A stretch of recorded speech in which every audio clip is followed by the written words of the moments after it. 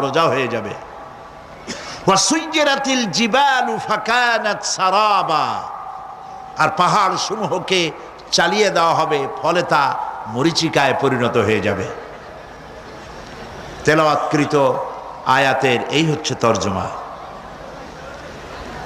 সূরা নাবা হচ্ছে, নবী করিম সাল্লাল্লাহু আলাইহি সাল্লাম বলেছেন, কেউ যদি দুনিয়ায় বেঁচে থাকা অবস্থায়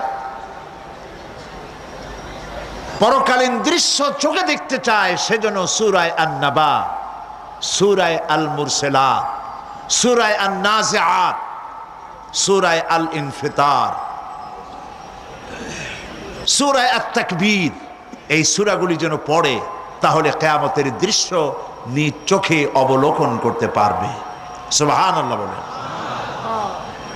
পরকালীন জীবন সম্পর্কে কোরআন যেসব যুক্তি পেশ করেছে, তা হলো আল্লাহর এসব